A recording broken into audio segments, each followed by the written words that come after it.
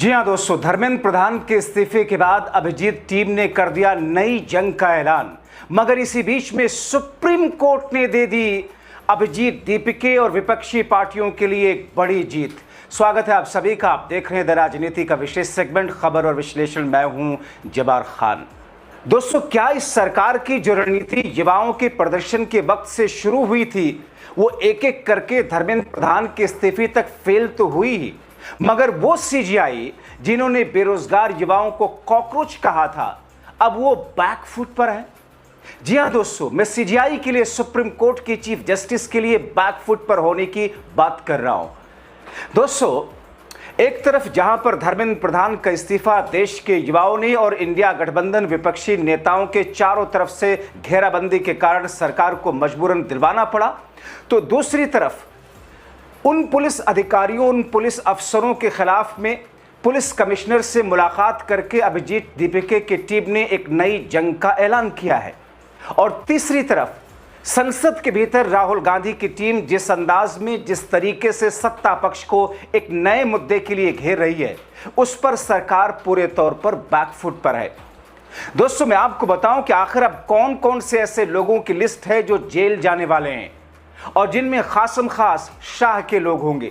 लेकिन उससे पहले इस वक्त की एक बड़ी अपडेट दे दूं दोस्तों कि अभी भी सुनवाई में सुप्रीम कोर्ट ने देश भर में प्रदर्शनकारियों पर हो रहे पुलिस बल प्रयोग और लाठीचार्ज के खिलाफ दायर याचिकाओं पर बेहद कड़ी टिप्पणी की है। उन्होंने दिल्ली पुलिस को बेहद कड़ी फटकार लगाई है। सीजीआई, वही सीजीआई जिन्होंने बेरोजगार युवाओं के लिए कॉकरोच शब्द का प्रयोग किया था, जिन्होंने कहा था हमारे पास समय नहीं ऐसे वीडियोस को देखने का जिसमें महिलाओं के साथ में उनके प्राइवेट पार्ट पर डंडे मारे गए, हाथ फेरे गए, छात्रों के साथ में उन सिर फोड़े गए, आंखें फोड़ी गई। हमें दिलचस्पी नहीं, वक्त बर्बाद मत कीजिए। वही सीजीआई 27 जुलाई आते आते अपने सुनवाई के दौरान आदेश में क्या कहते हैं? वो कहते हैं, उन्हें साफ शब्दों में, देश में नागरिकों को शांतिपूर्ण विरोध प्रदर्शन करने का पूरा अधिकार है। केवल किसी आंदोलन या प्रदर्शन की वजह से पुलिस द्वारा की जाने वाली बर्बरता को जायज नहीं ठहराया जा सकता। ये कह रहे हैं सीजीआई, अभी चंद मिनट पहले उन्होंने ये बात कही। और दोस्तों, अदालत में दरअसल आप सोचिए, छात्रों के खिलाफ बिहार में AK-47 का प्रयोग किया गया। ये मुद्दा भी उठा। जंतर मंतर पर बर्बरता जो कुछ हुई, मार्च के दौरान जो कुछ हुआ आपने देखा। सीजीआई सूर्यकांत, जस्टिस जयमाल बागची, जस्टिस वी मोहना की बेंच में दायर की गई याचिका थी, जिसमें यह मांग थी कि देश भर में शांतिपूर्ण प्रदर्शनों की अनुमति देने, पुलिस बल प्रयोग पर रोक लगाने के लिए राष्ट्रव्यापी दिशा निर्देश जारी किए जाए। सुनवाई के दौरान सीजीआई ने क्या कहा, जल्दी से उसके बाद उस खबर पर आता हूं जो आपने शीर्षक में देखा। सीजीआई सूर्यकांत ने कहा, शांतिपूर्ण विरोध का अधिकार पूरी तरीके से संवैधानिक रूप से गारंटीकृत है, इसे छीना नहीं जा सकता। शांतिपूर्ण विरोध का अधिकार पूरी तरीके से संवैधानिक रूप से है, गारंटीकृत है, इसे छीना नहीं जा सकता। केवल इसलिए कि कहीं कोई आंदोलन हो रहा, पुलिस की बर्बरता या अत्यधिक बल प्रयोग को सही नहीं ठहराया जा सकता। केवल आंदोलन होने का मतलब यह नहीं है कि लाठीचार्ज ही किया जाए। लोकतांत्रिक प्रक्रिया के लिए आत्म अनुशासित आचरण अनिवार्य है। ये उस सीजीआई का बयान है दोस्तों, जिन सीजीआई के लिए मैंने कड़े शब्दों का प्रयोग किया था अपने एक दिन के पहले के शो में, क्योंकि उन्होंने ये कहा था कि हमारे पास ऐसे वीडियोस देखने के लिए समय नहीं, मुझे दिलचस्पी नहीं पुलिस बर्बरता के खिलाफ में कार्रवाई करने में। अब दोस्तों, ये तो हो गई धर्मेंद्र प्रधान के बाद, इस्तीफे के बाद एक पहली जीत। दूसरा ये कि एक दिन पहले सीजीआई टीम के लोगों ने, अभिजीत दीपिके की टीम के लोगों ने पुलिस कमिश्नर से, दिल्ली पुलिस कमिश्नर से मुलाकात की। मुलाकात करके ये कहा कि वो वीडियोस उन्होंने दिए कि इन अधिकारियों की, पुलिस अधिकारियों की पहचान करके इनको जेल में डाला जाए, बर्खास्त किया जाए, इनके खिलाफ में दंडात्मक कार्रवाई की जाए, नहीं तो फिर से एक नया मार्च होगा, नहीं तो फिर से संसद की तरफ हम मार्च करेंगे और इस बार पूरी तौर पर जिम्मेदार पुलिस होगी। आपने देखा दोस्तों, उस बर्बरता के बारे में आपको बताने की जरूरत नहीं, कैसे दिल्ली पुलिस, महाराष्ट्र का वीडियो देखा, पुलिस वाला एक कर्मी किस अंदाज में एक युवती के सीने पर किस तरीके से काफी देर तक हाथ रखे रहता है।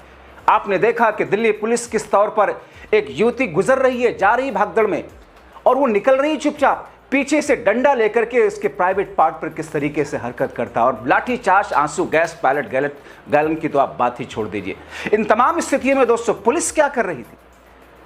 आप हैरान होंगे, जंतर मंतर पर महाराष्ट्र से, तमिलनाडु से, बिहार से, बंगाल से, उत्तर प्रदेश से लोग जब ये देखा लोगों ने कि अब युवाओं की शक्ति इस तौर पर है कि सरकार उनकी बात मान नहीं रही है और उनको रहना पड़ेगा वहाँ, लोग अपने पैसों से अलग अलग ऑनलाइन माध्यम से ऑर्डर करके खाना भिजवा रहे थे, क्योंकि जो लोग वहाँ खाना बांट रहे थे उनके घर पुलिस पहुँच रही थी। पुलिस वालों ने क्या क्या कचरे के डब्बे से उन रेस्टोरेंट के पैकेट्स निकाले, एड्रेस ढूंढा, उन रेस्टोरेंट पे पहुंच रही थी और ये कह रही थी कि ऑर्डर किस अकाउंट से आया, पैसा दिया गया और किस नंबर से आया है, उन तक पहुंच रही थी। ये पुलिस की बर्बरता थी। इसीलिए दिल्ली पुलिस कमिश्नर को हटा करके नए पुलिस कमिश्नर को लाया गया था, अनुराग जी को, ताकि यहां पर लाठीचार्ज और बर्बरता हो। जाहिर तौर पर पहले पुलिस कमिश्नर ने इनकार कर दिया था। मेरे ये सूत्र बताते हैं कि मैम बर्बरता पूर्वक इनको नहीं हटा सकते हैं। पुलिस ने जिस तरीके से व्यवहार किया, जिस अंदाज में व्यवहार किया, और बिहार में जो कुछ नमूना देखा जा रहा है दोस्तों, जंतर मंतर से आने वाले लोगों को कैसे पुलिस उठा रही थी। एक वीडियो आप देख लीजिए, इसमें 6, 7, 8 बच्चे हैं जो कि एक यूनिवर्सिटी के छात्र हैं और इत्तेफाक से वो मुस्लिम हैं। किस तौर पर थाने की पुलिस उन्हें बिठाकर वैन में लेके जा रही थी। वो तो वहां पर एक सोशल एक्टिविस्ट पहुंचती हैं और उसके बाद उनको छुड़वाती हैं। वीडियो देखिए। क्या पूछना है? पूछना है बेटा। मीडिया हाँ? क्या हुआ? क्या हुआ? वो तो क्या पूछिएगा? क्या हुआ भाई? क्या हुआ? रिकॉर्ड कीजिए। क्यों बच्चों को पकड़े हैं?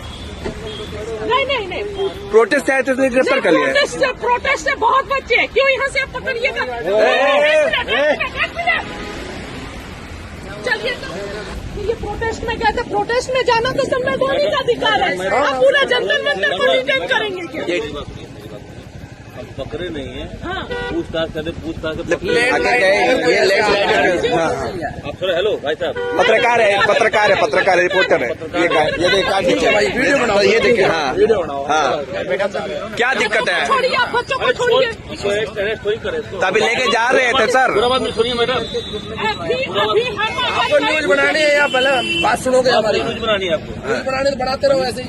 हम बता रहे हैं, क्लैरिफाई कर रहे हैं। पहले पूछ जो आप कह रहे हो सुन तो लीजिए पहले। हाँ बताइए। आप बता रहे हैं, सुनिए। ऐसा है, हम रात में 3-4 लड़के ऑटो में आ रहे हैं, वेरीफाई कर रहे हैं कहाँ से आ रहे हैं। आप गाड़ी में बैठा कर वेरीफाई कीजिएगा।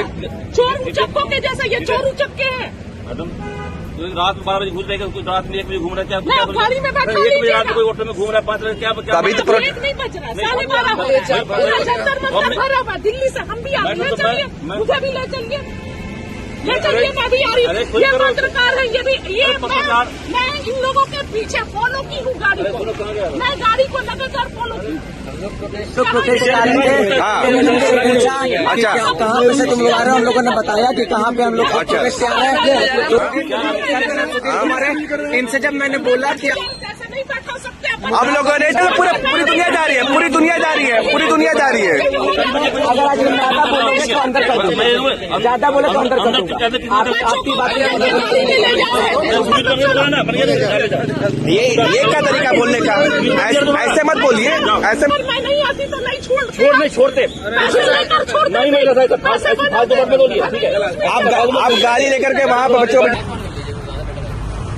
तो जाहिर तौर पर कानूनी कार्रवाई अभी एक दिन पहले ही दोस्तों सुप्रीम कोर्ट में याचिका पड़ी थी दिल्ली पुलिस के उन बर्बर अधिकारियों के खिलाफ में कार्रवाई करने के लिए कि जिन लोगों ने सिविल ड्रेस में, जिन पुलिस वालों ने सिविल ड्रेस में अपने नए लोगों को बुला करके, जिसे कथित तौर पर संघी गुंडे कहा जा रहा है, उनको बुला करके उनके थ्रू पिटवाया, खुद पीटा। इस बर्बरता के खिलाफ याचिका पड़ी हुई थी। उस याचिका पर सुप्रीम कोर्ट ने कड़ी टिप्पणी की है, लेकिन एक्शन लेना तो सरकार का ही काम है, गृह मंत्रालय का ही काम है। दूसरी तरफ अभिजीत दीपिके की टीम ने एक नई जंग का ऐलान कर दिया है। तो क्या अब सरकार को इन तमाम चीजों पर एक्शन लेना होगा, मजबूर होना होगा? जी हां, मजबूर है सरकार एक्शन लेने के लिए।